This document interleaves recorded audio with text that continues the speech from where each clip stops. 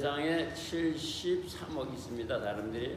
그 사람들이 한 가지 소원이 있어요. 뭐냐? 잘 살아야 되겠다.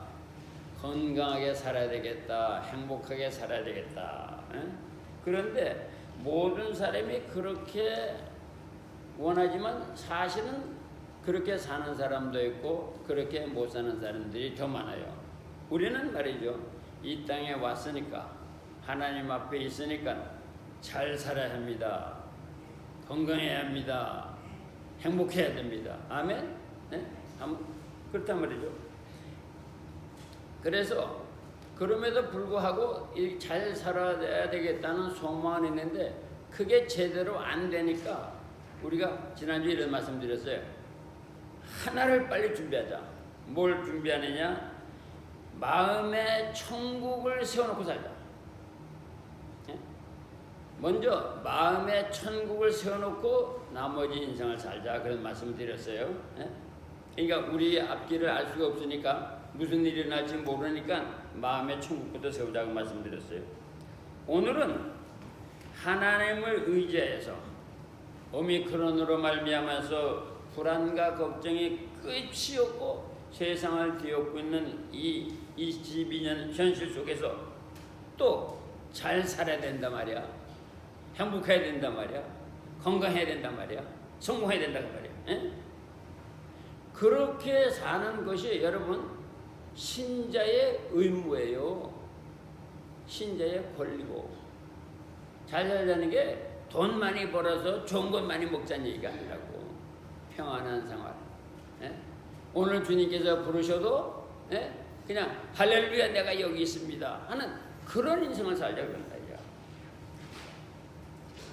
그러려면 우리가 하나님을 의지해야 된다고 말해요. 그러면 승리하는 삶, 정복하는 삶, 행복한 삶을 사는 비결이 뭐냐? 성경에 하나님 말씀에 하나님을 의지하라고 말이야. 그러면 하나님을 의지해야 되는데 왜 하나님을 의지해야 되느냐? 하나님께서 삼라만상을 주장하시고 우리의 성패를 주장하시고 죽음과 살아남을 주장하시고 민족과 개인의 모든 삶을 주장하시지 않냐 그 말이에요. 그래서 하나님을 왕과 주인으로 의지해서 살아갈 때에만 우리의 삶이 행복한 삶, 편안한 삶, 우리가 소망하는 삶이 된다 그 말이에요. 그러면 이런 얘기를 해요. 똑똑한 사람들은 목사님 왜 하나님만을 의지해야 돼요? 재물을 의지하면 안 됩니까? 사람을 의지하면 안 됩니까? 나는 시집을 잘 가가지고 아주 행복하게 살려고 합니다. 그런 여자들도 있어요. 그런 남자들도 있고 말이죠. 근데 세상이나 재물을 의지하면 행복할 수가 없고 그러면 안 된다고 말이에요. 이유는 뭐냐? 하나님이 우주 만물을 창조하시고 통제하시거든요. 사람도 창조하시고 또 그 다음에 우주 만물도 다 창조하시고 통제하시거든. 근데 하나님이 통제하시는 것을 의지할 것이 아니라 그 모든 것을 통제하고 다스리는 하나님을 의지하는 게 훨씬 더 낫죠. 그게 베스트죠. 근데 그 하나님이 어떤 하나님이냐? 만유의 주요, 창조의 주요, 사랑의 주요, 용서하시는 주요, 구원의 주요, 목자가 되시며 또 반석과 피난처가 되신다 이런 말이야. 근데 또 그 사람을 그분을 의지해야 할 이유가 또 있어요. 왜냐? 변함이 없다고 말이야. 전능하신 능력으로 다스리신데 변함이 없다 그런 말이야. 이것이 우리가 하나님을 의지해야 할 이유거든요. 재물이나 사람은 아주 무쌍하게 변화하죠. 또 말씀드린 대로 하나님의 통제 아래 있기 때문에 우리가 믿을 수가 없는 거예요.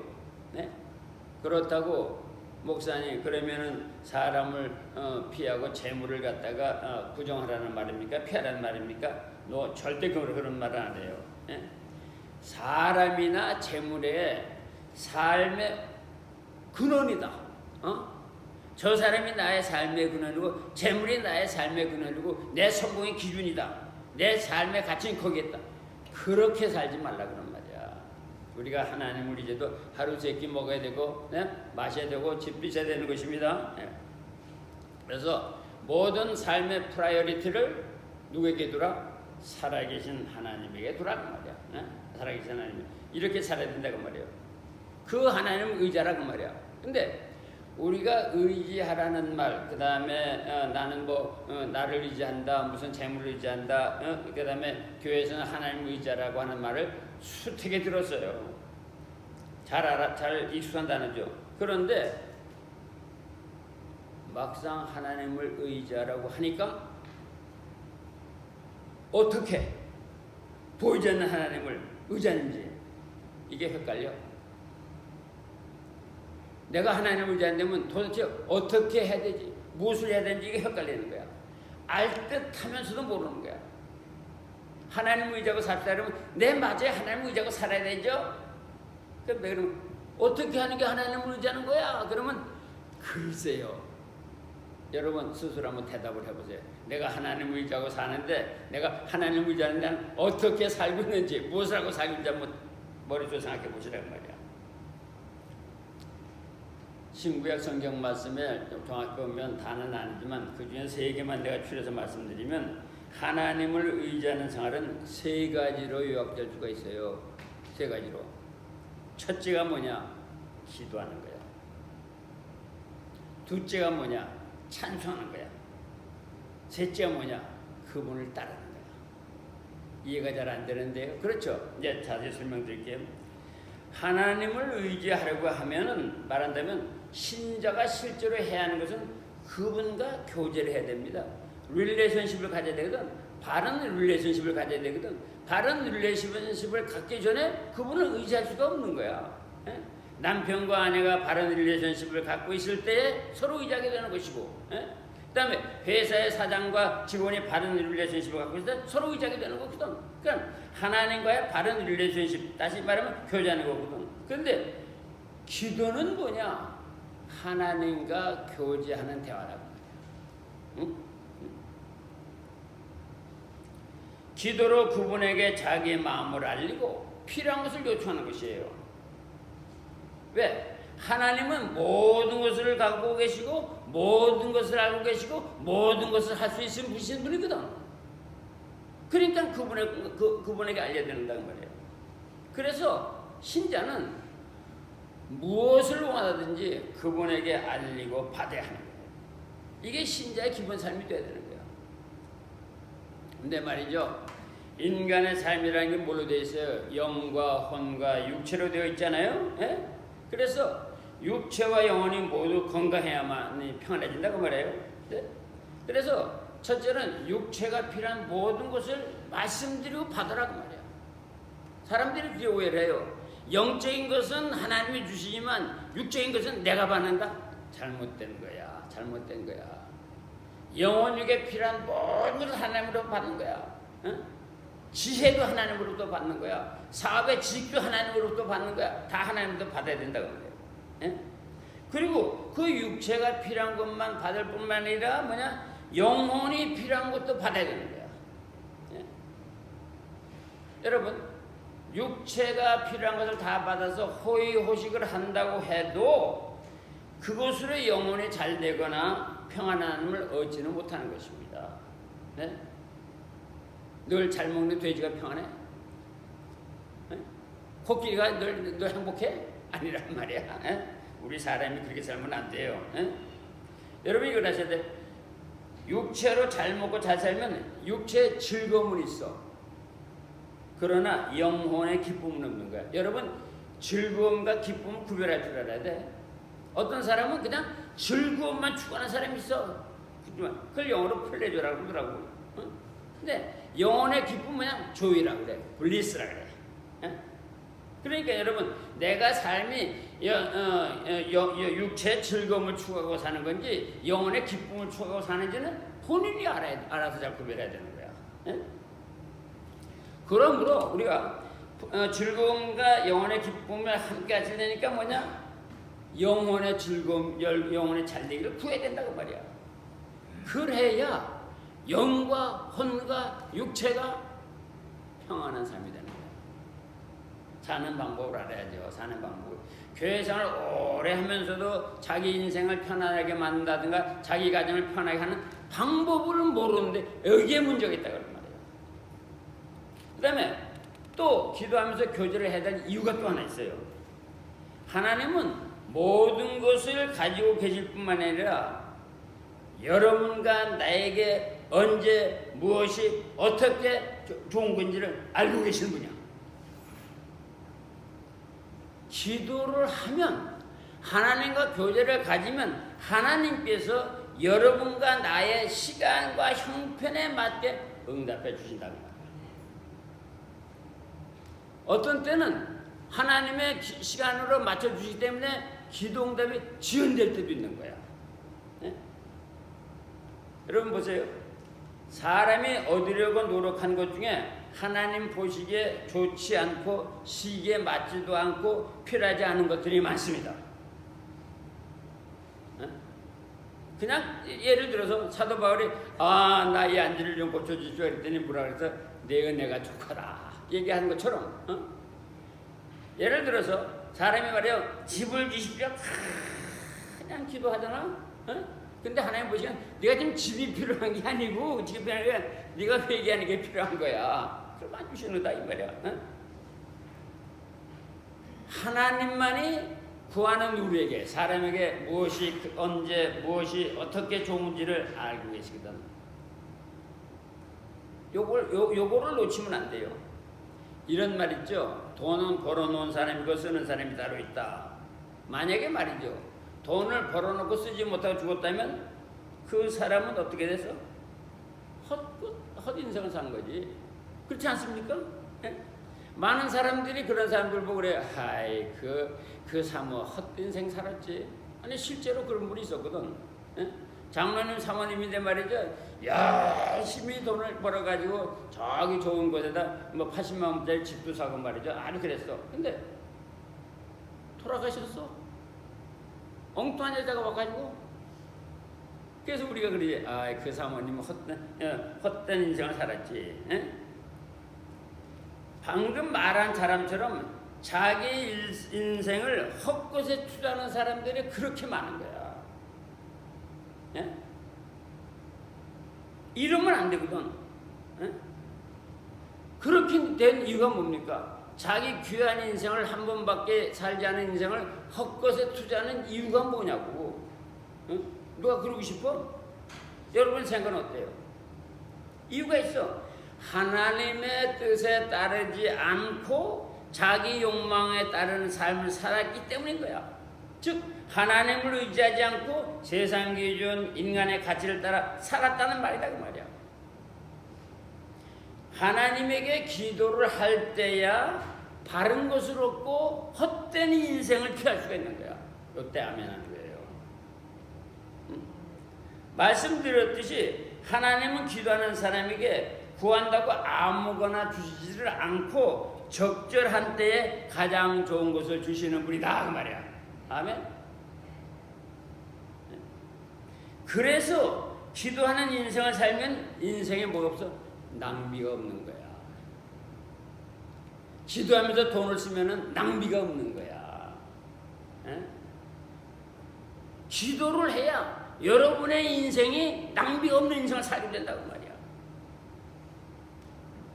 헛된 인생인지 아닌지는 지금 현재는 구별이 안 되지만 나이 먹어서 죽음의 문턱에 오든가 이제 하늘 날아가면 구별이 되는 거예요. 내가 헛된 인생을 살았는가. 자,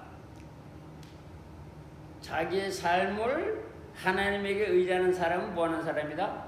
기도하는 사람이라고 말이야.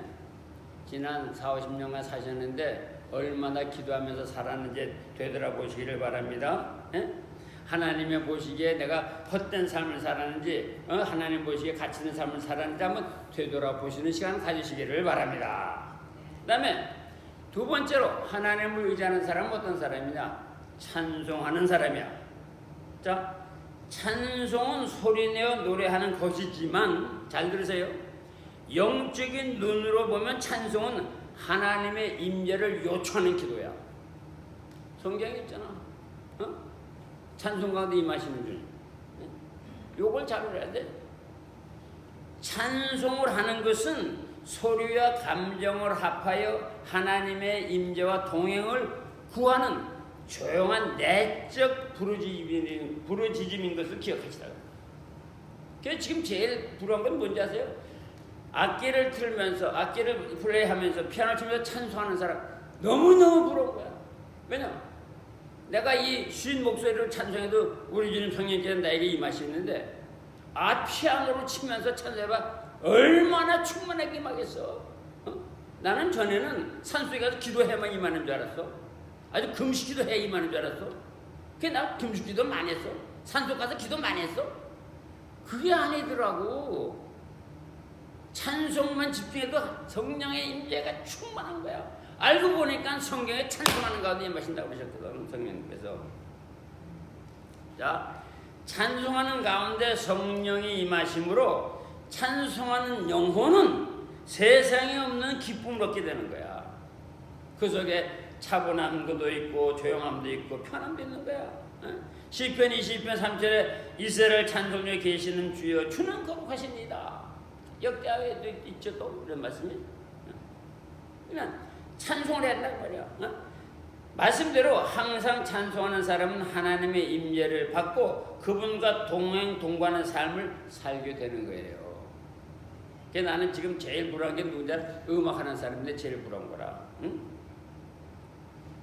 성령의 임재로 세상에서도 얻을 수 없는 기쁨을 뭐라고 그래? 아까 말한 대로 조이야, 조이. 블리스. 가진 것이 없어도 기쁨으로 채워지는 인생은 어떤 사람의 인생이야? 찬송하는 사람의 인생이다 그 말이야. 내 말이 아니라 성경에서 하시는 말씀이에요. 육체가 편안하고 영혼의 기쁨이 가득하니까 어찌 평안한 인생이 안 되겠느냐고. 어찌 해파람 부르는 인생이 안 되겠느냐고. 하루에 4끼 먹어도 편안하지 않더라고. 일주일 내내 그냥 킹크랩만 먹어도 편하지 않더라고. 그러나 하루 한 끼 먹어도 찬송하니까 그렇게 기쁘고 즐겁더라고 말이지. 찬송하는 인생은 하나님을 의지하는 인생이다 이 말이야. 하나님을 의지하는 찬송한 사람이다 그 말이야.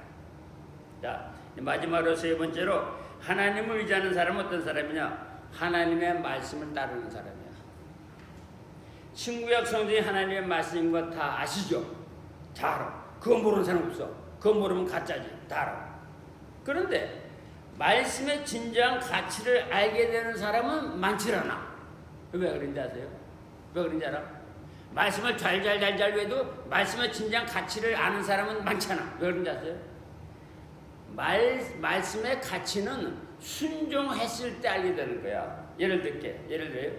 회개하라는 말씀의 진가를 알게 되면 회개했을 때 알게 되는 거야. 나는 어려서부터 모태로부터 교회를 다녔잖아. 그러니까 회개라는 말은 무지하게 많이 들었지. 알고 있었다고. 그런데 나는 그 회개하라는 말씀의 진가를 언제 알았느냐? 미국 와서 저 캔모아 그 조그만 방에서 내가 거기서 회개하라는 말씀의 진가를 알게 됐거든. 왜냐? 말씀에 따라서 내가 회개했더니. 또 그 다음에 예를 들면 또 11절 하라. 그 말씀의 효력은 언제 알아? 11조를 했을 때 하는 거야. 외운다고 하는 게 아니에요. 또 쉬지 말고 기도하라. 다 알고 있어. 그러나 기도하는 그 진가는 언제 알아? 쉬지 말고 기도했을 때야 그 말씀이 진리요, 그 말씀이 능력인 걸 알게 되는 거야. 그러니까 뭐냐면 하나님을 의지하는 사람은 뭐냐? 말씀에 순종하며 행동하는 사람이다 이 말이야. 그리고 말씀에 순종하며 행동하는 사람이 알게 되니까 말씀은 뭐야? 의지하는 기둥이 되는 거지. 해봤더니 이게 되는 거지. 예를 들을게요.